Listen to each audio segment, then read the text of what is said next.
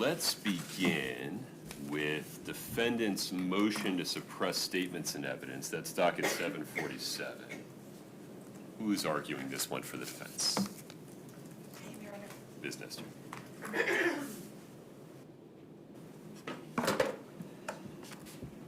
So it's 4 categories or 4 buckets, right? Yes, sir. The first is a request for an order suppressing all evidence obtained from a phone that was seized from, I mean, the motion says Ms. Richins' person, but that's not actually what you think happened. Correct. On April 13, 2022. Correct. That's their theory that it was seized from her person. Right. Not mine. Can I ask you about Yes. Detective Maynard and Detective Woody's testimony and see if you see it differently? Okay. I look at their testimony and I see that Ms. Richins is approaching her home. Detective Maynard stops her. She was leaving the home, I think. Okay, sorry, yeah, all right. He stops her, puts her in the front seat of his vehicle and says, you gotta wait with me for a few minutes, right? Right. He observes her phone in her car. Right. Either he tells Detective Woody or she also observes the phone in Ms. Richins' car. That was not explained. Okay.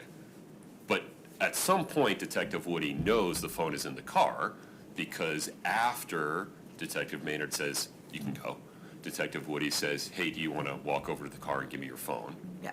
And then eventually, Ms. Richins reaches in, grabs the phone, gives it to Detective Woody. Correct. This is happening in the context of a warrant to seize the phone from her person, right? Arguably, I think that's what it says, because isn't it? my position is that would have only applied if she were in the home, the way the warrant was written. I think her person had to be in the home because the warrant is written that way. But I understand the position that they're making, that the warrant covered her person, which it did. Right. But if you read the warrant in context, it says at the premises of. I don't know if that makes a difference, but I think the warrant would have only applied to her person if she were actually on the premises. That's how I read the warrant. Okay, so it sounds like we agree on the facts. We do. So I have 2 questions regarding the law. Okay. The warrant says what it says. Why isn't the scope of that warrant sufficient to allow them to seize the phone that was within her reach, undisputably, when she was in the vehicle when they stopped her? Second, even if that's not the case, why doesn't the automobile exception say they can grab the phone that is plainly in view in that automobile before they give her the car back to drive away? Well, the first question about why they couldn't have seized it from her when they first pulled her over. Okay, the fact is they didn't, and a detention intervened between when they pulled her over and could have voluntarily asked her for her phone. Doesn't that detention just maintain the status quo, though? No, the detention requires probable cause and Miranda, which was not given. So, Well, we'll get to that in a second, yeah. right. You're just talking about the seizure right now, just the phone? Yeah. Okay. So, when she was first pulled over, it is my understanding from my recollection of Detective Maynard's testimony that he said it was in the console or on the console of her car. Yeah, as I understood, it was like sitting in the cup holder in between the seats. Which is actually not on her person. That's in her vehicle. Fair enough, but it's within her reach. Right, but it's not contraband and it's not a gun. Well, it's not a gun. Right. I'm not sure it's not contraband.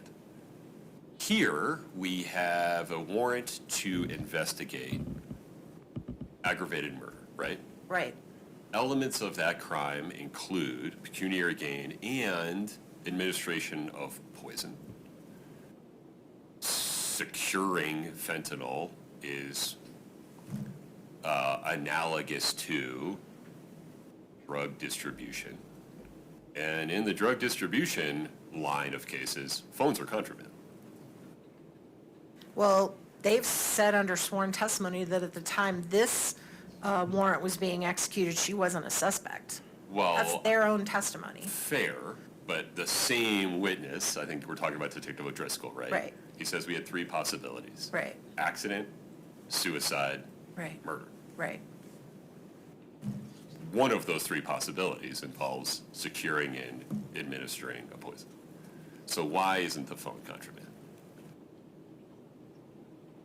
Under probable cause that it was used to communicate with sources of controlled substances that were used. At the time, they did not know what was on the phone. They had no idea what was on the phone. Well, certainly, that's why they want to seize and Right. search it. Right. The warrant gave them a realm of authority of how to get the phone. They didn't use that authority. They pulled her over, left the phone in a vehicle that was not covered under the warrant at all, removed her from the vehicle. Why they did or didn't do it, that was their choice. They also could have left her at the house that the warrant covered, and that was their choice to let her leave the home and pull her over 2 blocks away, out of the side of the house. So that was all their decision-making process. Once they put her in that police car, the phone is no longer on her person. They haven't seized it yet. It's in a vehicle that's not covered by a warrant. They know that too. So the only way, they know they can't reach in and get it, so they direct her to do it. They don't give her an option. I think they could have reached in and gotten it under the automobile exception, couldn't they? Well, it's not an arrest. She's not under, they didn't have a warrant for her arrest. There's no automobile exception. Well, no, but they're about to hand the car back to her when they release her from the detention. Right, even And a they know stronger the argument. evidence that the warrant is covering is in the car. Wouldn't the automobile exception, well, you're allowed to seize it so that they don't run away with it. But they didn't. They didn't seize the car. They gave her the keys. No, I'm sorry. Pronoun trouble. My apologies. Right. The phone. The phone, they can't just pull out under the automobile exception if they're handing her back the keys and saying, drive back to your house. They have to go in and search the car to get the phone. They have to enter the vehicle with their hands and grab the phone. So that's why they told her to do it. And at the time they told her to do that, it was not on her person. So it was not on her person. It was not covered by a warrant. It was not in connection with an arrest. There's no arrest warrant. There's a detention for purposes of Miranda analysis and for custodial analysis, but there's not an arrest. So there's no automobile exception here. She wasn't being detained. The car wasn't being seized. None of that automobile exception law applies. So what they did was searched a vehicle using her hands to do it, directing her to hand them something out of a vehicle they did not have authority to grab, and they grabbed it. And that's our position. Okay. Let's stay with that time frame. Okay. Okay? Between when Detective Maynard stops her and when he says, okay, you can get out of the car and go back to your car, and Detective Woody says, you can go back to the house if you want. Do you want to come with me and get your phone? Okay, Right. so that time period. Well, she actually said Maynard was going to follow her back. Fair enough. So still in detention, basically. Yeah. Candidly, I think there is a break. I think you have a fair point that a reasonable person would objectively believe that they were detained during that period of time between the stop, Maynard saying you can't go yet, and then, okay, you can go now. I agree with you. That was a period in which she was in custody. Definitely. I think it ends when they give her the car back. Except for the fact that Woody says he will follow you back, which doesn't give her an option to go to the store. It says go back and he's following you, which he did. He followed her back in a police car Isn't with there lights. a line from that recording, though, where I think it's in the transcript, where Detective Woody says, I don't know, you can go wherever you want, go shopping if you need to. But then after that, she says he's going to follow you back. Okay.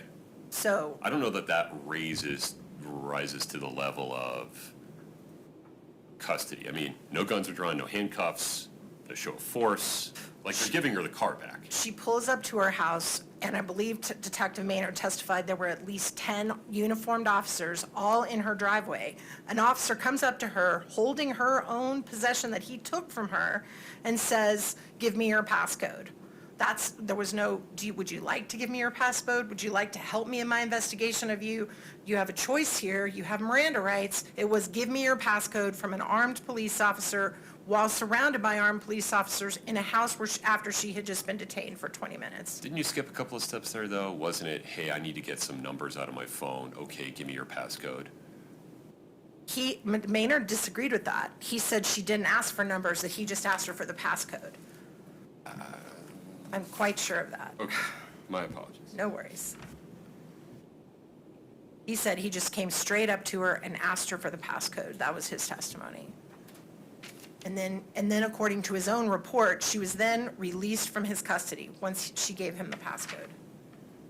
Right. Now, he explained that we can acknowledge that he explained that he misused that word, custody. I'm sure he thinks that now. He also said after I gave Kouri the numbers, I didn't have any other interactions with Kouri. It wasn't that he just grabbed the passcode and walked away. He gave her the numbers she wanted out of the phone. Hold on just 1 minute. Yes.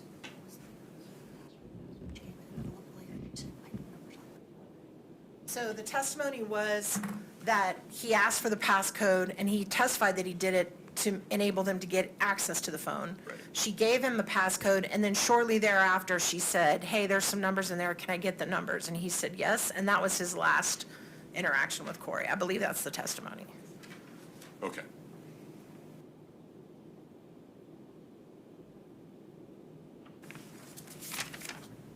All right. Bear with me for one moment.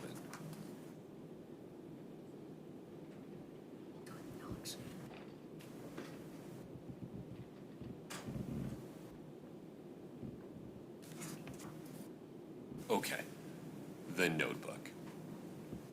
The orange notebook, Sir? which I think is the fourth category, right? Yes, sir. Okay. So the first category is Oh, the no, no, phone. I skipped one. Second category is her giving the passcode, Right. that testimonial without Miranda. Well, and the way you put it, everything else she said, if anything, at the home, Correct. right? And I skipped over Detective O'Driscoll at the house on a Yes. different day. Yes. Okay, so coming back, I think there's no dispute, right? No guns drawn, no handcuffs. Consistent with my prior rulings on a different motion, the Sixth Amendment has not attached. I believe that's probably correct, although I would like to make the position for the record that I think applying for the warrant may have triggered the Sixth Amendment. I realize that would be new law, but I would like to stand by that position. You've preserved it for the record. Then when we come to the Fifth Amendment, tell me why a reasonable person would objectively believe that they were detained while that interview at their home was happening. It's at her home. Her mother's present for at least part of it. There's no show of force. Right. There's nothing limiting her from being like, I got to go check on the kids. I need to go pick one of the kids up. I need to go shopping. I just don't want to talk to you anymore. Right. Well, I recognize that officers are allowed under the law to use trickeries to some degree, but originally when they came into the house, it was, we just want to introduce ourselves to you, we're trying to investigate, not being honest that they were there to They are talk expressly to allowed to her. do that. Correct. Yes. I just conceded that. Yeah. However, there was a point at the interview where they do start getting her to talk about things that are, clearly she has a right to assert. At that point, she has two officers sitting in her house. They are armed. They have advised that they're there. They have not told her you can end this whenever you want. They've not read her Miranda. They've not said you're free to go. And they continue the interrogation. Can you cite me to any case that they had any duty to do any of that if she wasn't in custody? Well, the question is whether she was in custody, right? If she believed she was not free to leave. But if we look at Levin, as talked about in Fuller, right? There's just no objective indications that she's detained. Well, you don't have to be in the police station to True. be in custody. You have two investigating detectives sitting there filming her, knowing that she had an attorney, which we've now established, because she said it to them in the first, even before they got to the house. I pose that now we know even before they got to the house, they knew she had an attorney, Fine. despite what he testified to. But once they got in the house, that she asserted within the first, 7 pages of the transcript, she referred to her attorney. Okay. So now they know that this is the same attorney that has previously asserted that she did not want her client interviewed outside of her presence. They have that in the case file. They've had conversations about that with the supervisor, according to our recent investigation. And they still continue to question her, knowing that a right to counsel has previously been asserted. So our position was that they either should have told her she still was under her assertion, was she withdrawing her assertion, made sure she knew she had her rights. They didn't do that. Okay. I understand your position. Yeah. All right. The orange notebook. Yes. The state has conceded that when it was initially seized and opened, there was no warrant allowing them to do that. Correct. They then go on to argue, but wait a minute. There were subsequently multiple warrants that specifically referenced documents for the home in which the notebook was seized and opened, Right. and that they laid a foundation through the trustee, I forget that gentleman's capacity, but the caretaker of the Wife home. of the trustee. Yeah. I mean, the husband, I'm of the sorry. trustee. The husband of the trustee. And they laid a factual foundation for, nobody goes in that home without me. And the people that went in, if at all, were not there and did not rearrange anything like the orange notebook. So the status quo of that notebook would have been preserved until those subsequent warrants are referencing documents. So here's my would have been concern about that. maintained. Here's my concern about that. As you'll recall, when Detective O'Driscoll was on the stand, I specifically asked him, and you will remember he had a complete absence of memory when I asked him this, but I specifically asked him on numerous occasions, what were these other warrants for? What were you looking for? I don't remember. I think a go bag on one of them. I can't recall. What about the warrant you saw a month ago? I can't recall. You can't remember what you did a month ago? No, I can't.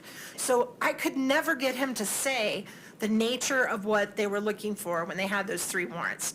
Now, documents could apply to People magazine. It could apply to your shopping list on the counter. It could apply to advertisements for the pest control service down the street. Realistically, when you say a But warrant... all of those things are limited by, and ultimately I think would be excluded by, the inherent limitation on the face of the warrant. That That's the what- scope is for investigation of aggravated murder, not for buying People magazine or pest services. But that's my point, though. There's no way that they would have known, seeing an orange notebook in a drawer, that had anything to do, and we submitted still had nothing to do with what happened to Mr. Richins. Well, but hold on, and this will come up later, perhaps. Right. But again, they're investigating aggravated murder. Right, One of the elements would be for pecuniary gain. right. That requires investigation into the defendant's financial condition and financial transactions. And that's a realm in which documents in a home could be highly probative. But an orange spiral children's school notebook, how is that going to be flagged if they hadn't already illegally opened it, read it twice, Well, it was despite... flagged the first time, so it's reasonable to say it would have been flagged ultimately. Well, I mean, I think that's supposition. I mean, we don't know that. And they did not have any independent source to suggest that anything in that notebook had anything to do with this. And we actually submitted doesn't have anything to do with it. It was, Well, maybe, but that's a 401 issue. right, Okay, we'll get there. yes. I guess what I'm saying is, would you acknowledge that if they had the second, third, and fourth warrant they got on the day they were executing the first one, that they would have been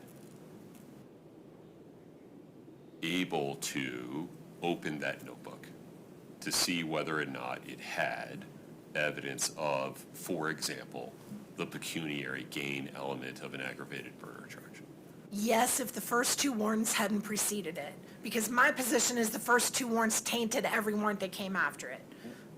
I take this argument seriously, but I didn't see any foundation for the probable cause statements for warrants 2, 3, and 4 included information they learned when they improperly opened the orange notebook. Well, warrant 2 absolutely did. Warrant 2 was the second warrant that he got while he was there, while they were there that day, just to cover the notebook. Okay. So he specifically referred in that warrant to the Can you give me information. an exhibit number on that one? Yes, it No, I is. think we're talking about two different number twos, if you will. Yeah, The state has conceded that the search on May 8th, the initial search, was outside the scope of a warrant. There was a second warrant issued on May 8th. The state has conceded that that second warrant bared information from the first search that exceeded the scope. right. The state then references 4 warrants that occurred much later in time. May 31, October 31, November 6, and December 16. I'm sorry, I thought you were talking about the second. I thought I you meant number apologize. 2. No. Okay, all right. I was insufficiently precise there. No worries. So 4 subsequent search warrants between May 31, 2023 Right. and December 16, 2024. Did those probable cause statements include any content from the orange notebook? I didn't see any foundation for that. I don't think so, but I mean, if this is what they can do, then why couldn't you always remove a taint by just issuing so many warrants that eventually the taint's gone and you would get it? I mean, the taint's there from the beginning till the end, is my position. Once they opened that notebook and looked at it, that's it. It's been illegally seized for all time. And I don't think just going and getting 6 more warrants for the exact same home over the space of a year and finding nothing, nothing, and nothing justifies removing the taint. I just don't think it does. I gave this some thought, and this is not the best hypothetical, but bear with me. Okay. Imagine that they were investigating drug distribution. And while doing that, they seized a stolen motorcycle without a warrant. Right. And they're like, rats. So then they went and wrote a warrant for stolen vehicles. Lo and behold, look at that. We would have found it anyways. That clearly would not be permissible, right? Because the whole basis for asking for the other warrant was information that they seized and obtained without the scope. Here, this isn't that. The subsequent warrants are much more broad than that and have a factual nexus to the crime that was under investigation the whole time. But at that point, the notebook's in their possession. So why does it nunc pro tunc go back and eliminate the taint from when they seized it? Because there's subsequent warrants that they issued. It wouldn't necessarily do that, but I'm not sure if we take out the first 2 warrants that you've shown that anything that occurred between seizing the notebook improperly on May 8 and the warrant on May 31 or October 31 creates any taint. Well, then, if that's the case, the inevitable discovery rule will swallow the fruit of the poisonous tree doctrine every time. Well, it I mean, doesn't why couldn't they swallow just it, it do- just eliminates it sometimes. Okay. I think that's the way it works. It's an exception. Your Honor, we stand by our position that there was no independent source that that notebook held any significance ever. The officer himself could not say that when they went in those other warrants after May 8th, that they were looking for a notebook, that they were looking for handwritten documents. He didn't say any of that. He said all he could remember was looking for a go bag, which, I mean, it was specifically referred to in the indictment. The warrant. And then the other ones, he had no recollection at all of what they were looking for. So I'm not convinced there would have been inevitable discovery. I think it takes supposition upon supposition upon supposition to say that they definitely would have opened the notebook, they would have found it, they would have found it significant, and for all Why is this. that? on May 8th, before they found it, they didn't know it was there, right? Right. So why isn't the fact that they didn't know it was there before they found it on May 8th and found it on May 8th, why isn't that evidence that if they had gotten the warrant on May 8th that they eventually got on May 31, it would have played out the same way? Because you, They were Depending on just what they were- doing a broad search in part of an investigation of Well, that's what we couldn't- aggravated kidnapping. that's what we couldn't get information on, is what were they searching for? If this was a notebook in a bedside drawer and they were searching for office paperwork, they may never have opened that drawer. That's what I could not get the officer to testify to, because he refused to remember anything they did in the investigation. So had he remembered, then maybe that's a good point. But apparently, they, it's their burden to have a foundation that they were looking for handwritten school children notebooks.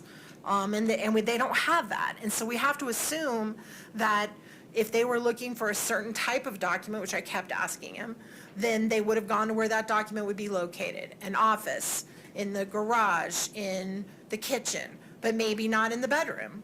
So I just think it's a step too far to assume it would have been found, opened, read, and digested as significant. I think that it's just too far to go, and that the taint stands as it is right now. Okay, I understand your position.